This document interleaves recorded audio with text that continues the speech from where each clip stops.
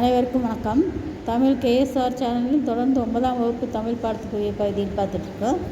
இதில் இயல் 2 இலக்கண பகுதி பார்த்தாச்சு. அடுத்தது இந்த காட்சியை கண்டு கவினுரை எழுதுக என்று சொல்லக்கூடிய பகுதி. அதில் படம் எறும்பினுடைய படம் கொடுத்துருக்கு. அந்த அதுக்குரிய கருத்து எறும்பின் வலிமை. தலைப்பு சிற்றெறும்பு கட்டெறும்பு என பல வகை எறும்புகள் உண்டு. சிற்றெறும்பு கட்டெறும்பு என பல வகை எறும்புகள் உண்டு. சுறுசுறுப்பு என்றவுடன் நம் நினைவுக்கு வருவது இந்த எறும்புகள் தான். சுறுசுறுப்பு என்றவுடன் நம் நினைவுக்கு வருவது இந்த எறும்புகள் தான். எறும்புகளை பார்த்து தெரிந்து கொள்ளும் பாடங்கள் என்னவெனில், ஒன்று சுறுசுறுப்பு. எறும்புகளை பார்த்து தெரிந்து கொள்ளும் பாடங்கள் என்னவெனில், ஒன்று சுறுசுறுப்பு, மற்றொன்று சேமிப்பு. ஒன்று சுறுசுறுப்பு, மற்றொன்று சேமிப்பு. சிறிய எறும்பு பெரிய சுமையை சுமக்கும் திறத்தினை பாருங்கள். படத்தில் பாருங்கள்.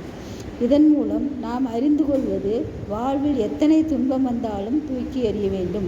இதன் மூலம் நாம் அறிந்து கொள்வது வாழ்வில் எத்தனை துன்பங்கள் வந்தாலும் தூக்கி எறிய வேண்டும் என்று அந்த காட்சியை பார்த்து எழுதுகிற செய்தி. இதில் கீழே அதனுடைய விளக்கங்கள் கொடுத்துருக்கு. முயன்றால் முடியாது எதுவும் இல்லை என்ற முதுமொழியை நினைவில் கொள்ள வேண்டும். கடினமான செயல்களை கூட மீண்டும் மீண்டும் செய்வதால் எளிமையாகிவிடும். 3.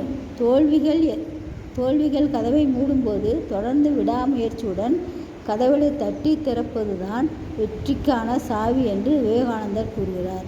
4வது கருத்து வெற்றி வருவதற்கான நேரம் என்று தனியாக இல்லை. கடின உழைப்பே வெற்றியை பெற்றுத்தரும்.